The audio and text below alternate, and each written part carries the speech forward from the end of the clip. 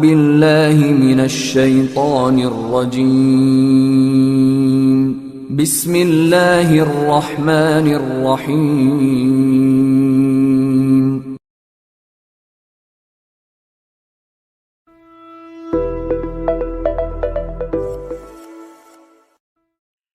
Assalamualaikum students, I hope you all are fine and safe at your homes. I am from Qazi Apex Grammar School with another lecture of maths.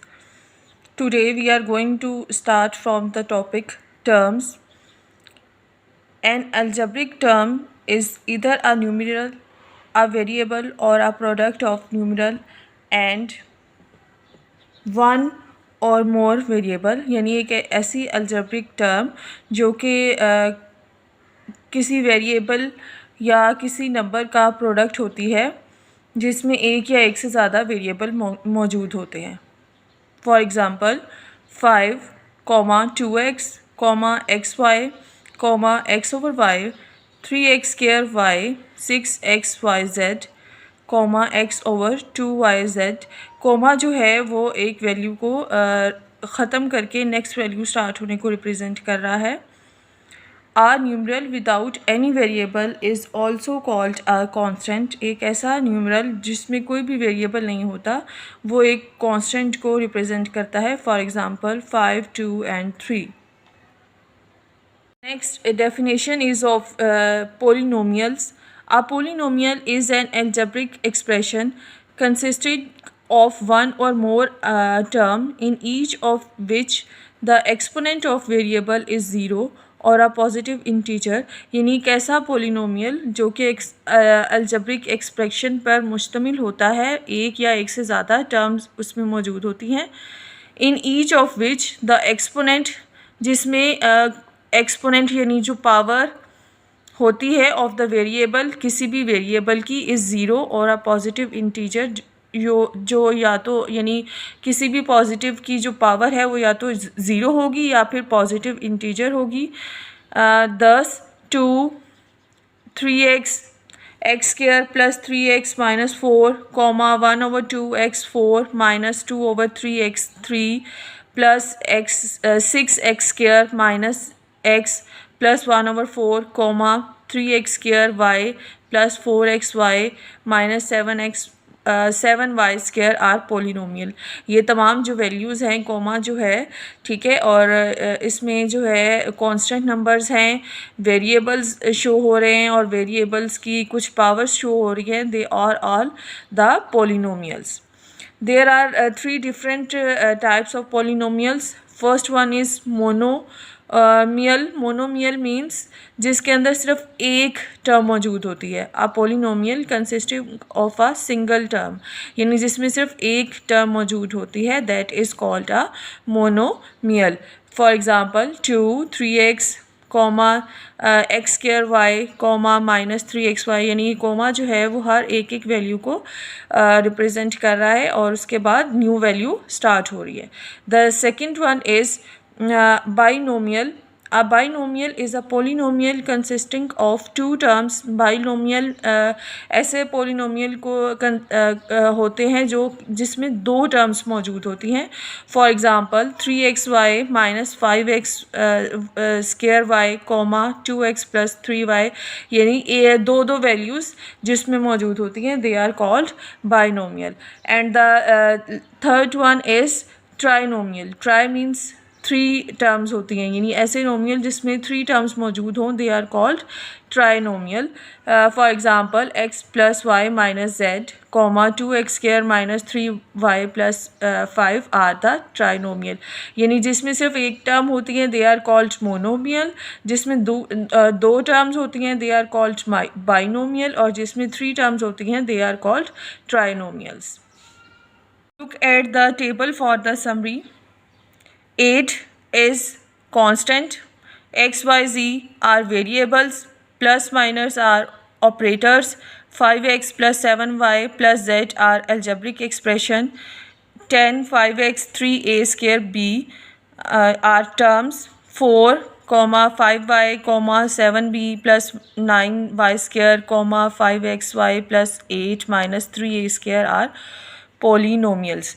ये तमाम जो values हैं ये basically इन तमाम constant variable operators algebraic expressions terms और polynomials को represent कर रही हैं, उनकी एग्जांपल्स हैं। Now we will discuss arranging polynomials in increasing and decreasing order, यानी हमने पोलिनोमियल्स को इंक्रीजिंग और डिक्रीजिंग ऑर्डर में कैसे अरेंज करना है हम उसको डिस्कस करते हैं।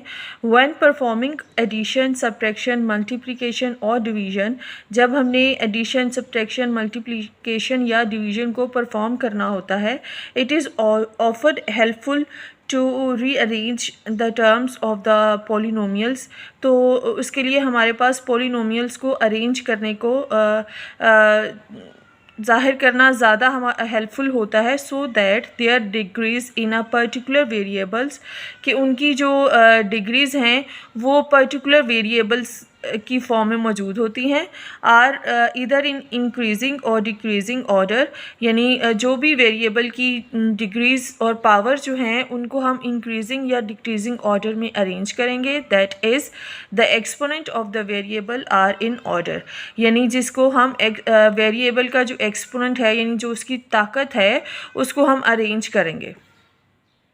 Example number 8, arrange the algebraic expression x plus 2x square plus 5 and minus ab square plus a cube plus 3 plus 2a square b in increasing and decreasing order, यानी ये दो इक्वेशंस दी हुई हैं जिनको हमने इंक्रीजिंग और डिक्रीजिंग ऑर्डर दोनों के अकॉर्डिंग जो है वो अरेंज करना है। इंक्रीजिंग मीन यानी बड़े छोटे से बड़े नंबर की तरफ, डिक्रीजिंग मीन बड़े से छोटे की तरफ। हमारे पास जो पहली इक्वेशन है that is x plus 2x square plus 5, यानी यहाँ पे जो वेरिएबल्स हैं वो x और x स्क्वायर है, यानी पहले जो x है इसकी जो एक्सपोनेंट है पावर जो है वो 1 है, ठीक है, और यहाँ पे जो 2x स्क्वायर है यहाँ पे पावर 2 मौजूद है और 5 जो है वो कांस्टेंट वैल्यू है। तो इसको जब हम इंक्रीजिंग ऑर्डर में अरेंज करेंगे तो सबसे पहले हमारे पास कांस्टेंट वैल्यू आएगी that is 5, then x, then 2x square. जब हम इसको डिक्रीज़ करेंगे तो सबसे पहले 2x स्क्वायर की वैल्यू आएगी, यानी जिसकी पावर जो है वो 2 होगी, देन x अकेला आएगा और एंड पे सबसे जो हमारे पास कांस्टेंट का नंबर है वो आ जाएगा। Then the second equation is minus a b square plus a cube plus 3 plus 2a square b। जब हम इसको इंक्रीजिंग ऑर्डर में अरेंज करेंगे तो सबसे पहले हमारे पास कांस्टेंट वैल्यू आ जाएगी that is 3 minus a b square, फिर हमारे पास जो ए बी स्क्वायर वैल्यू की जो है वो आ जाएगा, then plus 2a square b, ठीक है, यानी पहले वाली जो वैल्यू है उसमें a की स्क्वायर 1 है और b का स्क्वायर जो की पावर जो है वो 2 है, और यहाँ पर जो थर्ड वैल्यू है वहाँ पे a का जो पावर है वो 2 होगा और b की वैल्यू पावर जो है वो 1 होगी, एंड पे हमारे पास a क्यूब की वैल्यू आ जाएगी। जब हम इसको डिक्रीजिंग ऑर्डर में अरेंज करेंगे तो वो इंक्रीजिंग ऑर्डर की वैल्यू जो है हम उसको एक्सचेंज करेंगे, यानी a cube plus 2a square b minus ab square plus 3 are the answers of these two equations in increasing and decreasing order. I hope कि आपको easily increasing और decreasing order में arrange करना समझ में आ गया होगा। ये हम जब next start करेंगे एक्सरसाइज को उसमें कुछ क्वेश्चन को सॉल्व करना भी आपको रिलेट करेगा। Next topic is of like and unlike terms. Terms containing the same variables and the same corresponding exponent are known as like terms. यानी ऐसी terms जिसमें वेरिएबल सेम होते हैं और उसकी जो पावर्स हैं वो सेम होती हैं, they are called the like terms. And those having different variables, और जिसमें डिफरेंट वेरिएबल्स होती हैं और the same variables but different corresponding exponent, जिनकी या फिर उनकी वेरिएबल्स तो सेम होते हैं लेकिन उनकी जो पावर्स या जो एक्सपोनेंट हैं वो डिफरेंट होते हैं, are called unlike terms. For example 3x square y comma -2 over x square y are like terms. ये जो हैं एक्स स्क्वायर वाई दोनों में मौजूद हैं, ये जो हैं वो लाइक टर्म्स को शो कर रहे हैं। and minus 5xy cube, comma 1 over xy cube, minus x y cube, यहाँ पे एक्स वाई क्यूब जो हैं वो तीनों टर्म्स में मौजूद हैं. They are like terms. Next 2xy comma 2zx comma x square are unlike terms, क्योंकि यहाँ पे डिफरेंट वेरिएबल्स यूज़ हो रहे हैं. Similarly 1/2 x square y cube comma 3x square y comma 2/5 XY square are also unlike terms. यानी ये totally different variables हैं, उनकी पावर्स भी डिफरेंट हैं, so they are called unlike terms. Next topic is of addition of algebraic expressions. An algebraic expression contains like and unlike terms. एक ऐसा algebraic expression जिसमें like और unlike terms दोनों मौजूद होती हैं. To add algebraic expression, arrange the like terms vertically and then add. तो हमने जो जब उसको add करना होता है तो हम जो लाइक टर्म्स हैं उनको वर्टिकली अरेंज करते हैं और देन हम उसको ऐड करते हैं. For example number 9, add 2x cube minus 4x square minus 3x plus 5 plus 4x cube plus x square minus x plus 3. अब हम इनको अरेंज करते हैं. ठीक है, ये दोनों वैल्यू जो ब्रैकेट्स हैं, इन ब्रैकेट्स को हम रिमूव करते हैं तो हमारे पास आएगा 2x cube minus 4x square minus 3x plus 5 plus 4x cube plus 4x plus x square minus x plus 3. बाहर वैल्यू जो है, साइन जो है वो पॉजिटिव है, तो इसलिए जो अंदर वाले साइन हैं वो चेंज नहीं होंगे, वो सेम एज इट इज़ रहेंगे. अब हमने क्या करना है, अब हमने जो x क्यूब है इनको इकट्ठा कर लेना है, यानी 2x क्यूब और यहाँ पे है प्लस 4x क्यूब, इन दोनों को इकट्ठा करके लिखा. फिर हम x और एक्स स्क्वायर की वैल्यूज़ को इकट्ठा लिखेंगे, यानी minus 4x square plus x square, then minus 3x minus x, then plus 5 plus 3. यानी हमने एक्स क्यूब को, एक्स स्क्वायर को, एक्स की वैल्यूज़ को और कांस्टेंट वैल्यूज़ को इकट्ठा करके अरेंज कर लिया. अब हम इनको सॉल्व करेंगे, यानी 2 और 4 को हम सॉल्व करेंगे और एक्स क्यूब जो है वो अलग से लिख देंगे. इसी तरह से हम माइनस 4 प्लस 1 को सॉल्व करेंगे और उनके बाहर जो है वो एक्स स्क्वायर लिख देंगे, क्योंकि वो दोनों का जो वेरिएबल है वो एक्स स्क्वायर है. इसी तरह से हम एक्स को बाहर लिख देंगे जो वेरिएबल है, और माइनस 3 और माइनस 1 को ऐड करेंगे. देन हम जो कांस्टेंट की वैल्यूज़ हैं 5 और 3 उनको सॉल्व करेंगे, तो हमारे पास आंसर आएगा 6x क्यूब. यानी 4 में जब हमने 2 को ऐड किया तो हमारे पास 6x क्यूब आया. माइनस 4 में से 1 को जब हम माइनस करेंगे तो हमारे पास आएगा माइनस 3x स्क्वायर, क्योंकि बड़ी वैल्यू के साथ जो भी साइन होगा वो इसके साथ आएगा.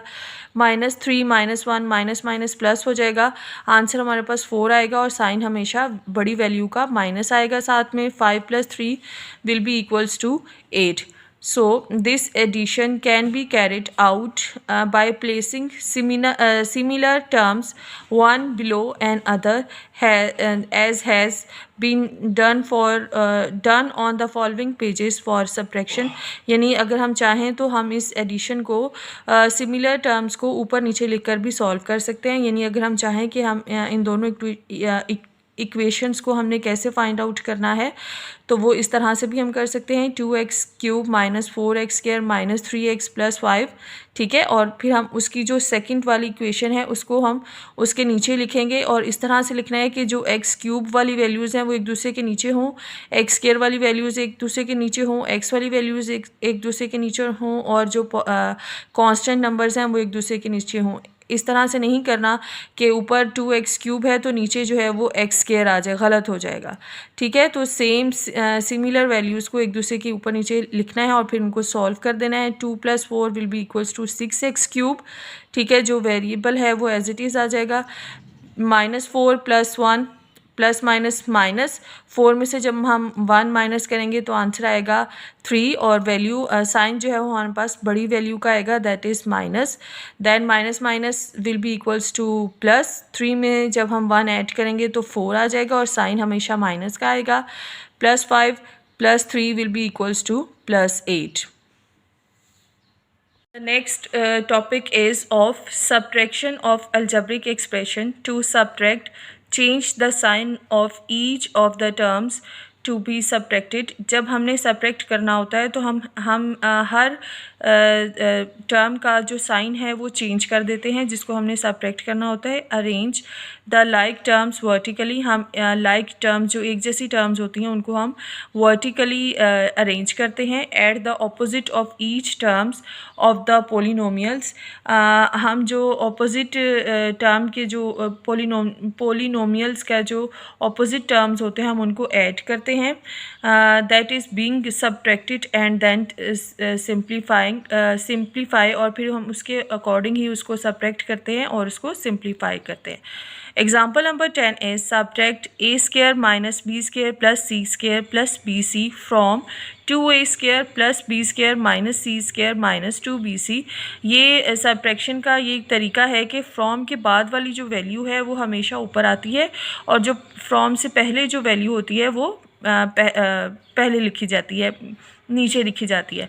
यानी फ्रॉम के बाद जो इक्वेशन है that is of 2a square plus b square minus c square minus 2bc, और फ्रॉम से जो पहले वाली कंडीशन है that is a square minus b square और plus c square plus b c. यहाँ पे भी हमने देखना है कि सेम वेरिएबल्स को हमने एक दूसरे के नीचे लिखना है और जो नीचे वाली वैल्यू होती है यानी जो फ्रॉम से पहले वाली जो वैल्यू जिसको हम नीचे लिखते हैं उसके तमाम साइन चेंज हो जाते हैं in the subtraction.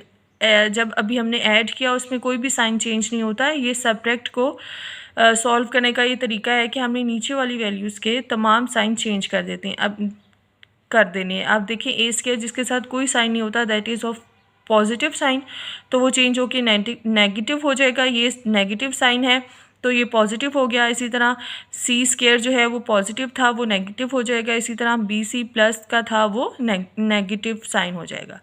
Change the sign of the term in the second expression. ठीक है, सेकेंड एक्सप्रेशन जो है उसमें हम तमाम साइंस चेंज कर देंगे।